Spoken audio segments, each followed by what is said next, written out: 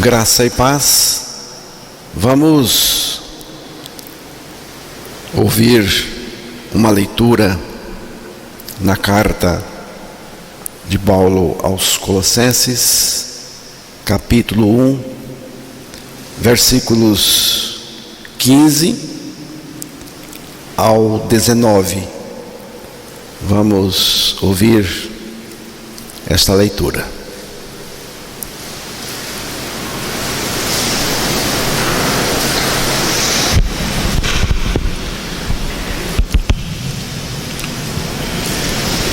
Este é a imagem do Deus invisível, o primogênito de toda a criação. Pois nele foram criadas todas as coisas, nos céus e sobre a terra, as visíveis e as invisíveis, sejam tronos, sejam soberanias, quer principados, quer potestades. Tudo foi criado por meio dele e para ele. Ele é antes de todas as coisas, nele tudo subsiste. Ele é a cabeça do corpo da igreja. Ele é o princípio, o primogênito de entre os mortos, para em todas as coisas ter a primazia. Porque aprouve a Deus que nele residisse toda a plenitude. Que Deus revele a sua palavra aos nossos corações. Estamos lendo esta carta, esta epístola focaliza enfaticamente a suficiência de Cristo e a sua primazia, preeminência, a sua superioridade e também a sua anterioridade. Porque Ele é antes de todas as coisas, nele tudo subsiste. Cristo é o tudo inesgotável de Deus para nós. É o foco desta carta aos Colossenses.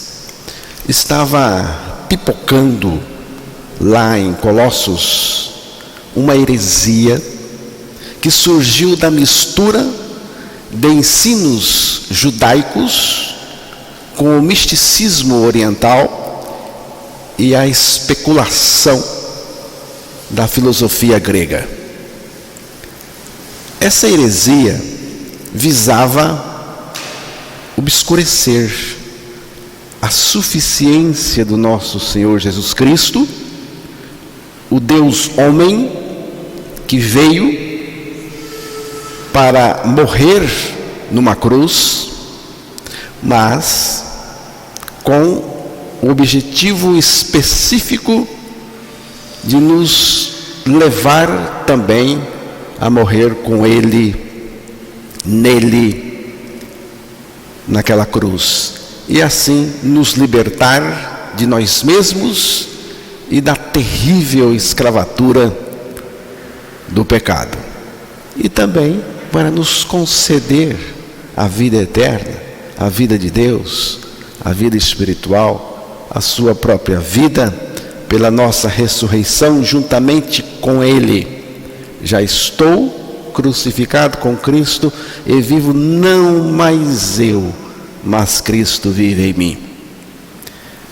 Irmãos, essa sociedade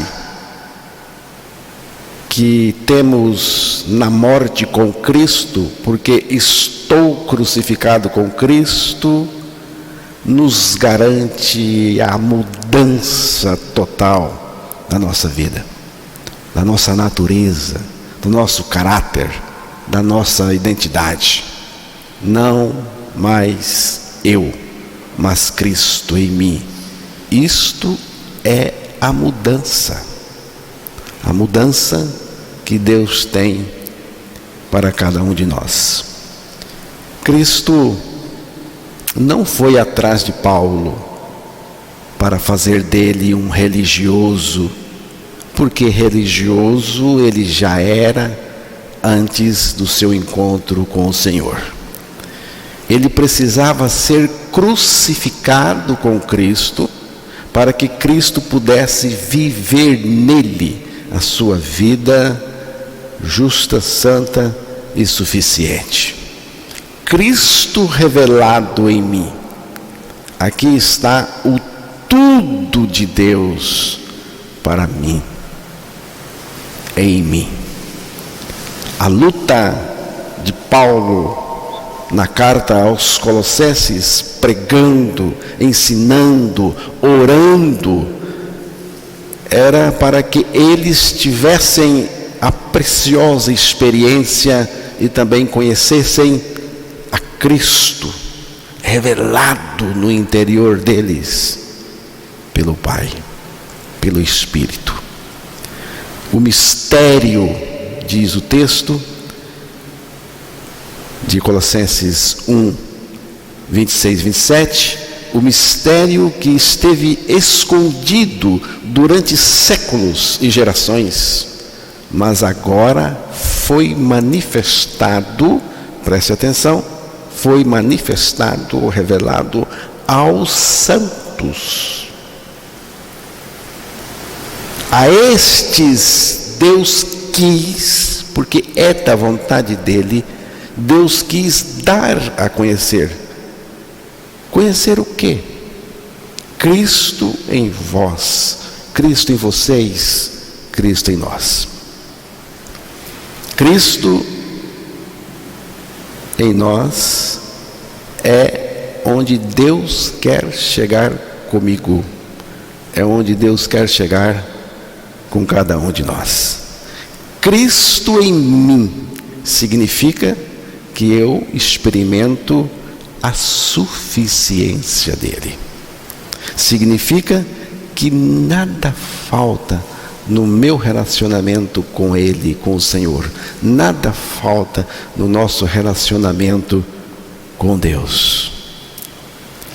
Irmãos, a igreja primitiva enfrentou, e nós também enfrentamos, os ataques contra a pessoa de Cristo. Preste bem atenção, porque os ataques de Satanás é sempre contra a pessoa de Jesus Cristo. Lúcifer tem uma rixa, uma briga permanente com Jesus Cristo. Ele tem essa rixa. Todo o seu aparato, o aparato de Satanás, está apontando para Jesus Cristo. Essa tem sido a grande luta da igreja desde o primeiro século até os nossos dias. A briga de Satanás contra Jesus Cristo é também contra Deus, porque ele, Jesus Cristo, é Deus. Deus é um conceito. O título Deus é um conceito de ser supremo, que envolve atributos da onisciência, todo conhecimento, onipotência, todo poder, onipresença, presente em todos os lugares. As religiões no mundo falam muito de Deus, Deus, Deus, Deus, Deus. Mas, preste atenção, quando se identifica esse Deus pelo seu nome específico, pelo seu nome, Jesus Cristo, aí surge a resistência das pessoas, do sistema de Satanás, surge a controvérsia, surge a rejeição. Por quê? porque Jesus Cristo é a figura sobre a qual se salienta toda a oposição de Satanás, também da religião. Jesus Cristo, nome precioso.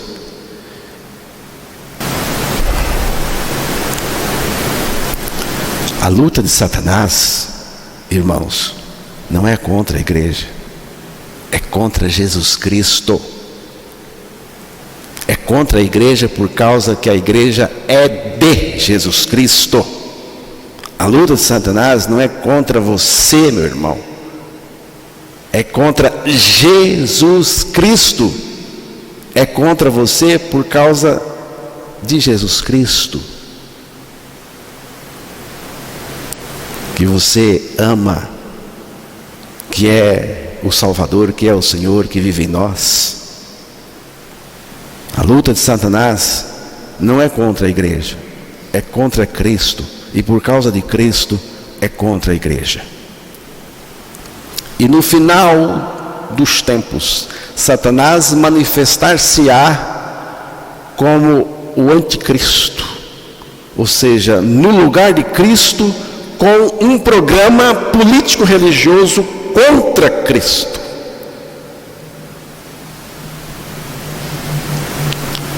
E aí, vai perseguir quem segue Jesus Cristo. A perseguição vem para aqueles que seguem Jesus. Se não seguir Jesus, não terá a perseguição do anticristo. Todo ataque do inferno visa a pessoa de Jesus Cristo. E a heresia que roçava na igreja de Colossos era patrocinada por Satanás e tinha como finalidade desbancar Cristo como o personagem central da igreja.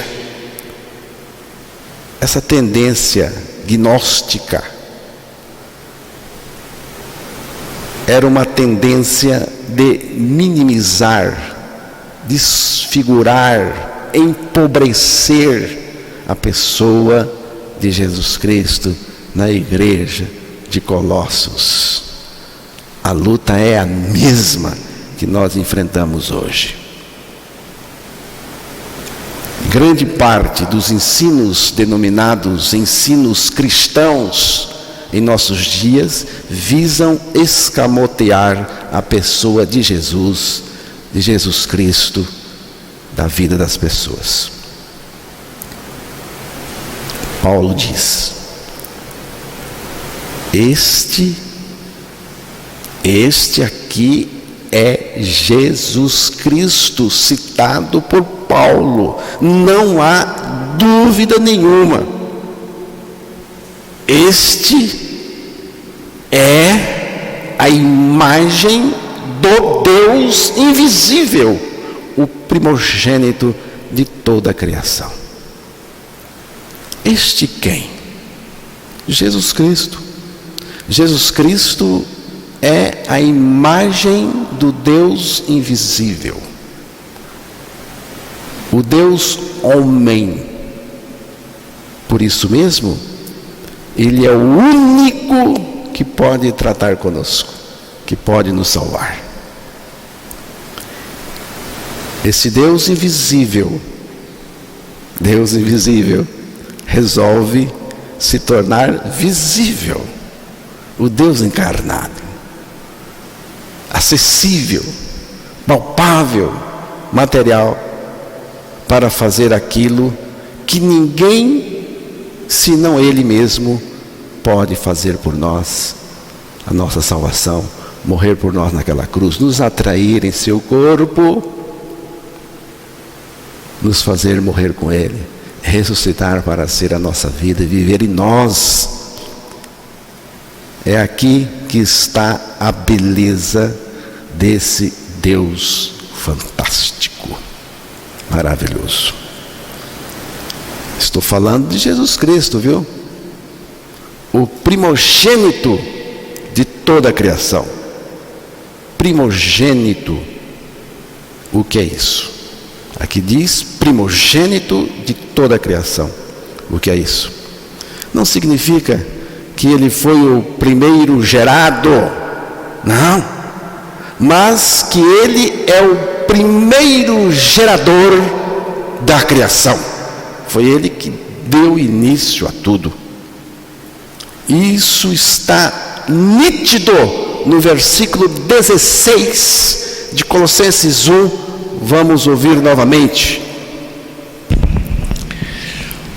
Pois nele foram criadas todas as coisas, nos céus e sobre a terra, as visíveis e as invisíveis, sejam tronos, sejam soberanias, quer principados, quer potestades. Tudo foi criado por meio dele e para ele. Pois nele foram criadas todas as coisas, nos céus e sobre a terra, as visíveis e as invisíveis, sejam tronos, sejam soberanias, quer principados, quer potestades. Tudo foi criado por meio dele e para ele. Está dizendo aqui que foi ele, que foi nele que foram criadas todas as coisas.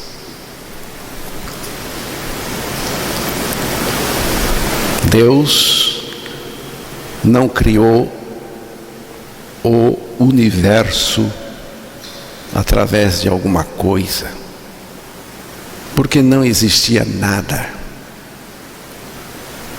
Foi pelo seu poder que ele trouxe à existência tudo. Ele criou por meio da sua palavra, palavra que sai dele mesmo, como poder. É isso que quer dizer primogênito da criação. Ele foi o primeiro que deu origem a tudo que existe. Portanto, ele é o gerador primordial. Ninguém descobre nada, apenas constata a suficiência de Cristo na criação, no universo. Irmãos, nós precisamos nos render à suficiência de Cristo. É isso que Paulo está mostrando para nós na sua carta aos Colossenses. O Espírito Santo trabalha para Cristo. O Espírito Santo, ele procura evidenciar Cristo para nós.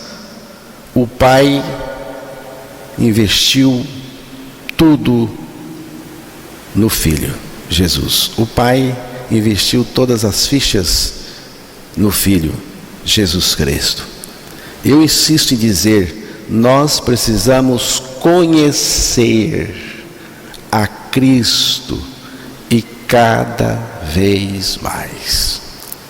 Precisamos conhecer esse Senhor que morreu na cruz, nos fez morrer juntamente com Ele, para que fôssemos ressuscitados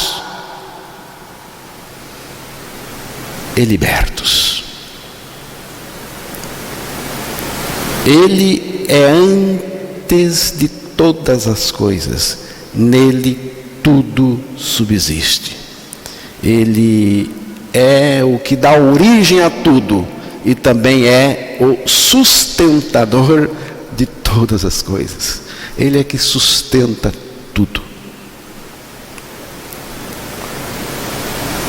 Eu tenho certeza que a suficiência de Cristo basta para mim, porque eu creio. basta para você também. Só que você precisa crer. Ele é a cabeça do corpo da igreja. Ele é o princípio, o primogênito de entre os mortos, para que em todas as coisas ter a primazia. Ele é a cabeça do corpo da igreja. Significa, ele é o comando, ele é a liderança, a direção, o governo, o controle. Assim como o corpo humano é o meio pelo qual a pessoa se manifesta, o corpo de Cristo, que é a igreja, é o meio pelo qual ele se manifesta na terra. Ele é o princípio, o primogênito de entre os mortos. O Senhor é o princípio da vida no corpo. O Senhor é o que dá vida. Ele é a fonte da vida, em virtude da sua ressurreição. E nós fomos ressuscitados juntamente com Ele. Ele é o princípio. Entendemos que isso se refere ao princípio da nova criação, a fonte da vida espiritual. Paulo diz que Cristo é o primogênito dentre os mortos, aquele que é a imagem do Deus invisível, o primogênito da criação, tornou-se homem. Ele tornou-se o último Adão. Morreu e ressuscitou, tornando-se o primogênito de uma raça que com ele também morreu e ressuscitou, em conformidade com a sua imagem. Porque a imagem de Cristo, e nós somos a imagem de Cristo, a imagem de Cristo é a imagem de Deus restaurada em nós, porque nós perdemos isso lá no Éden, quando o pecado entrou. Agora preste atenção.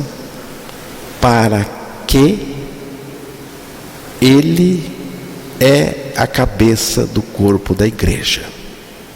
Para que ele é a cabeça do corpo da igreja. O princípio, o primogênito de entre os mortos. Para quê? Presta atenção agora. Para em todas as coisas ter a primazia. Agora você deve guardar essa palavra, primazia.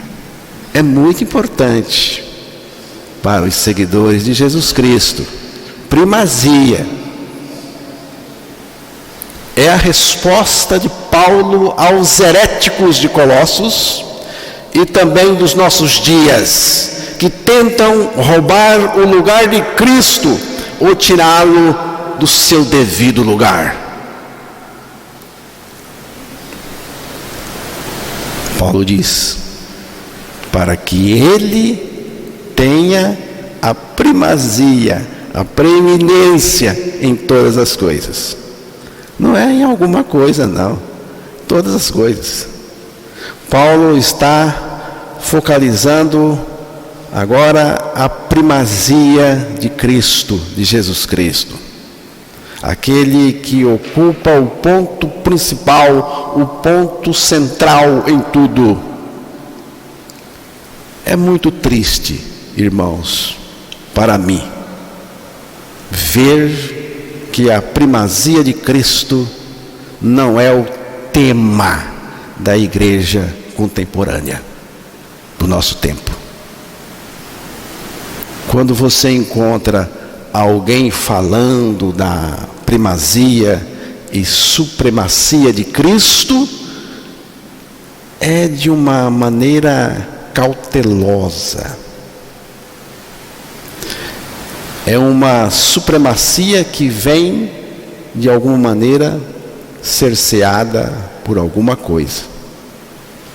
Jesus Cristo, em absoluto,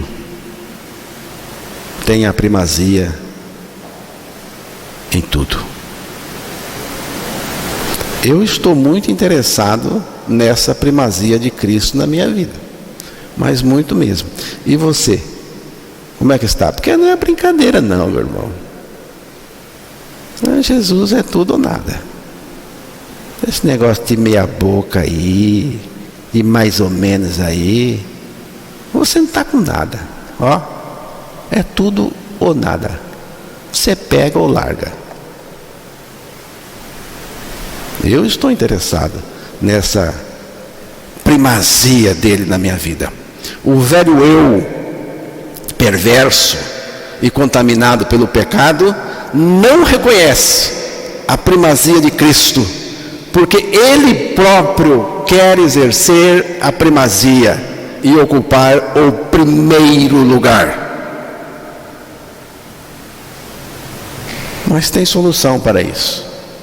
Para corrigir essa distorção de caráter, Cristo teve que ser crucificado para nos crucificar com Ele, a fim de nos levar à seguinte condição: não mais eu, mas Cristo em mim.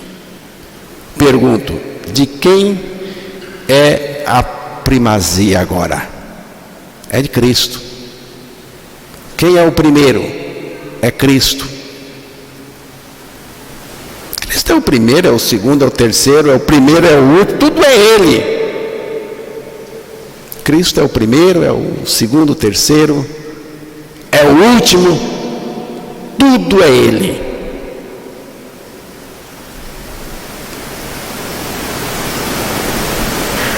Tudo na nossa vida deve ser determinado por esta pauta. Cristo tem a primazia em tudo. Cristo tem a primazia em tudo. Salmo 73, versículo 25.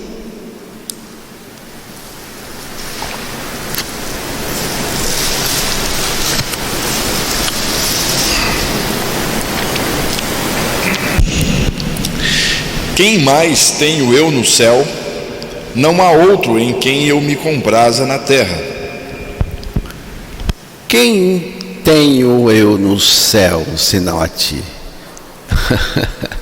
Você está pensando no céu? Tem tantas coisas por lá. Eu sei que tem,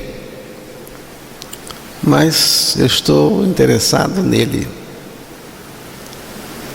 Quem tenho eu no céu, senão a ti? E na terra não há quem eu deseje além de ti. Ou Cristo ocupa o lugar de absoluta prioridade, ou não ocupa lugar nenhum. Irmãos, não pode existir duas primazias regendo uma mesma pessoa. Ou é a de Cristo, ou é a sua. As coisas. O que manda na sua vida? O que decide para você? Você tem que verificar isso.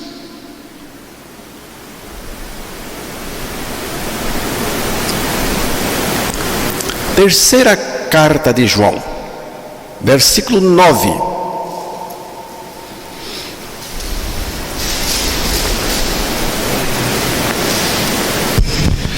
Escrevi alguma coisa à igreja, mas Diótrefes, que gosta de exercer a primazia entre eles, não nos dá acolhida. Está vendo aí? Tenho escrito à igreja, mas Diótrefes, que até parece com idiota, que procura ter entre eles o primado, a primazia, não nos recebe. Esse cara gosta de exercer a primazia entre eles. Por isso não nos recebe, disse João. Receber João, o apóstolo, significa receber a palavra de Deus. A pregação significa receber a primazia de Cristo. Tem que sair de cena e deixar Cristo exercer a sua primazia. Sair de cena só é possível por meio da nossa morte com Cristo. Só assim eu saio de cena e Cristo entra e ocupa a posição mais elevada aqui, dentro de mim, no meu coração. A primazia. Cristo tem a primazia naquele que crê que com ele morreu e ressuscitou. Não despreze a primazia de Cristo, porque tem gente que despreza, tem crente que despreza. Verifique aí bem se você não é um desses que despreza a primazia de Cristo. Ou você acha que estamos aqui brincando?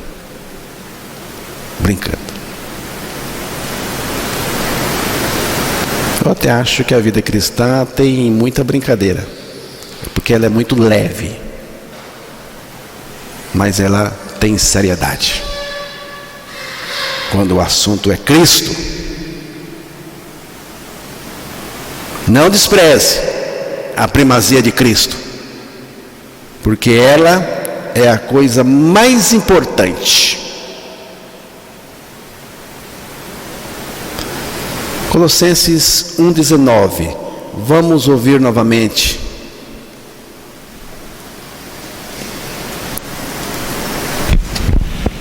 Porque aprove a Deus que nele residisse toda a plenitude. Você está vendo? Que suficiência maravilhosa! Deus está todo nele, em Jesus Cristo, e Ele está todo em Deus.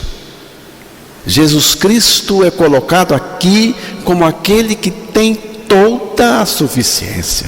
Nós precisamos estar voltados para a pessoa fantástica de Jesus Cristo e nada mais. Se Cristo não estiver no seu devido lugar, nós vamos errar feio. O mal da igreja da nossa época principalmente, é não dar a Cristo a preeminência, a primazia que lhe é devida.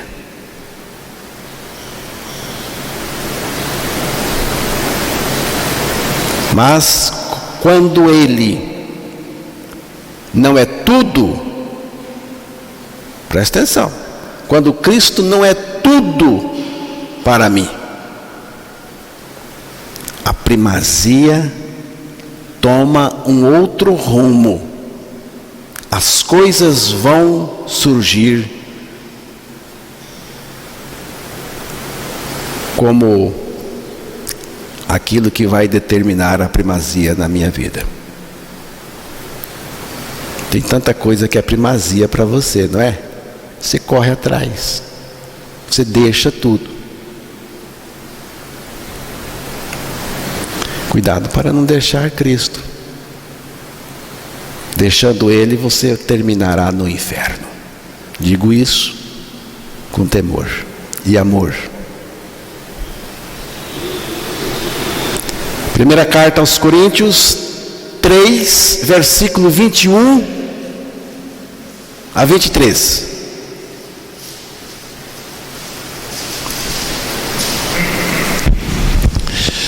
Portanto, ninguém se glorie nos homens, porque tudo é vosso, seja Paulo, seja Apolo, seja Cefas, seja o mundo, seja a vida, seja a morte, sejam as coisas presentes, sejam as futuras, tudo é vosso, e vós de Cristo e Cristo de Deus. Eu vou pensar essa frase que é repetida aí nesse trecho que foi lido. Porque tudo é de vocês, tudo é vosso, tudo é de vocês, tudo é vosso, e vós de Cristo, e Cristo de Deus, tudo é vosso, tudo é de vocês, e vocês são de Cristo, e Cristo é de Deus, tudo é vosso. Meu irmão, preste atenção, anote aí, tudo é seu.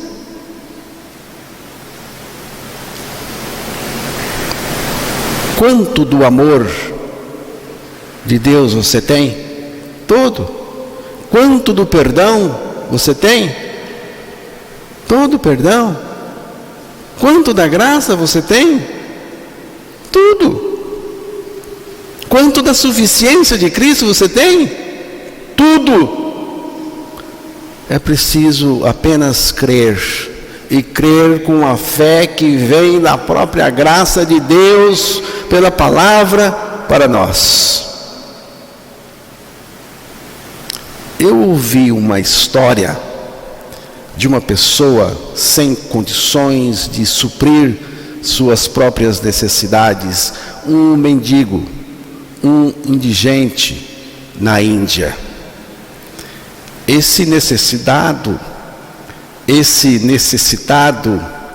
vivia em um local onde tinha uma pedra grande.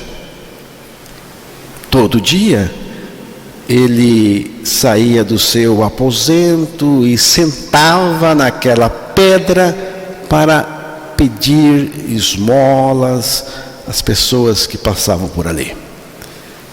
E ele sobrevivia dos donativos e esmolas que davam para ele. Quando ele morreu, a prefeitura resolveu fazer uma reforma naquele local e fazer uma praça ali. E decidiu tirar aquela pedra dali. E quando os tratores estavam cavando para remover aquela pedra, descobriram um pote debaixo com uma fortuna imensa dentro dele. Aquele lugar, há centenas de anos, tinha sido uma fazenda de um marajá, que havia enterrado dentro daquele pote, debaixo daquela pedra, suas pedras preciosas, joias de grande valor. Entre o mendigo sentado e a boca do pote havia 1,20 m de profundidade. Mas entre o pote e a cabeça do mendigo havia um abismo de ignorância, porque ele não sabia. Ele não sabia que debaixo onde estava sentado havia um tesouro que podia mantê-lo rico o resto da vida, sem precisar fazer nada, muito menos pedir esmola. Não sabia. Sentado em cima de um tesouro, mas não conhecia. É isto que Paulo está dizendo aos Colossenses e a nós também. Vocês têm o tesouro que é Cristo. Tudo está em Cristo. Ele é tudo. Mas se nós ignorarmos, vamos ficar como o mendigo, espiritualmente falando. Será que existe alguma coisa mais maravilhosa do que Cristo para você? Existe, meu irmão? Existe alguma coisa que empolga você mais do que Cristo? Se existe, eu quero lhe dizer, você está ruim, hein? Eu não estou interessado em mensagens ou coisas profundas. Eu estou interessado nas profundezas de Cristo reveladas pelo Espírito Santo em sua palavra. Quando uma pessoa vai a Cristo, não por causa de Cristo, não por causa de Cristo mesmo, mas motivada por outros interesses, essa pessoa não vai encontrá-lo.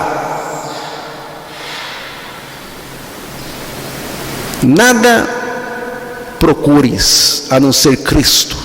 Achando Cristo, acharás tudo e terás tudo. Eu quero terminar esta meditação com o Salmo 131.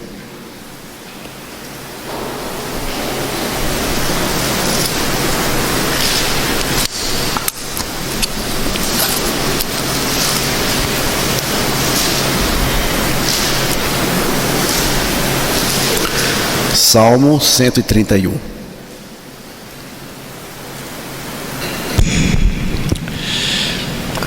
Senhor, não é soberbo o meu coração, nem altivo o meu olhar. Não ando à procura de grandes coisas, nem de coisas maravilhosas demais para mim. Pelo contrário, fiz calar e sossegar a minha alma, como a criança desmamada que se aquieta nos braços da sua mãe.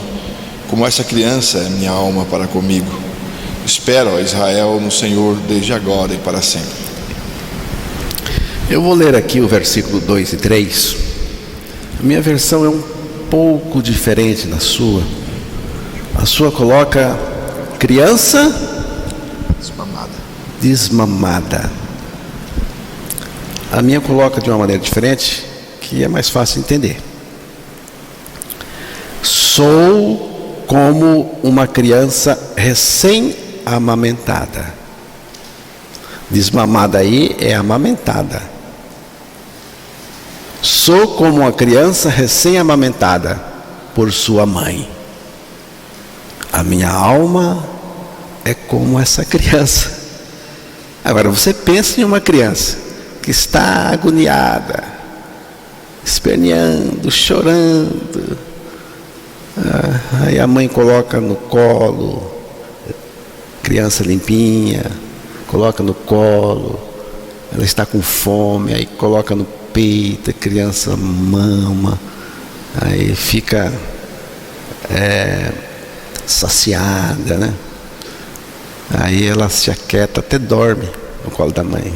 Que a minha alma é como essa criança. Será que nós podemos dizer isso? A minha alma é como a criança recém-amamentada. Recém-amamentada, porque depois tem que amamentar de novo. E somos assim também. Ponha a sua esperança no Senhor. Meu irmão, ponha a sua esperança no Senhor. Ó Israel, desde agora e para sempre. Você diz isto também? A suficiência de Cristo faz a nossa alma ficar como uma criança amamentada no colo da mãe. Eu não consigo, mas Cristo consegue. A suficiência de Cristo. Portanto, a suficiência de Cristo faz a nossa alma ficar como uma criança amamentada no colo da mãe, de tal modo que você não fica preocupado com o que vai acontecer. Você descansa e descansa na suficiência de Cristo. Tudo que nós precisamos é descansar na suficiência de Cristo.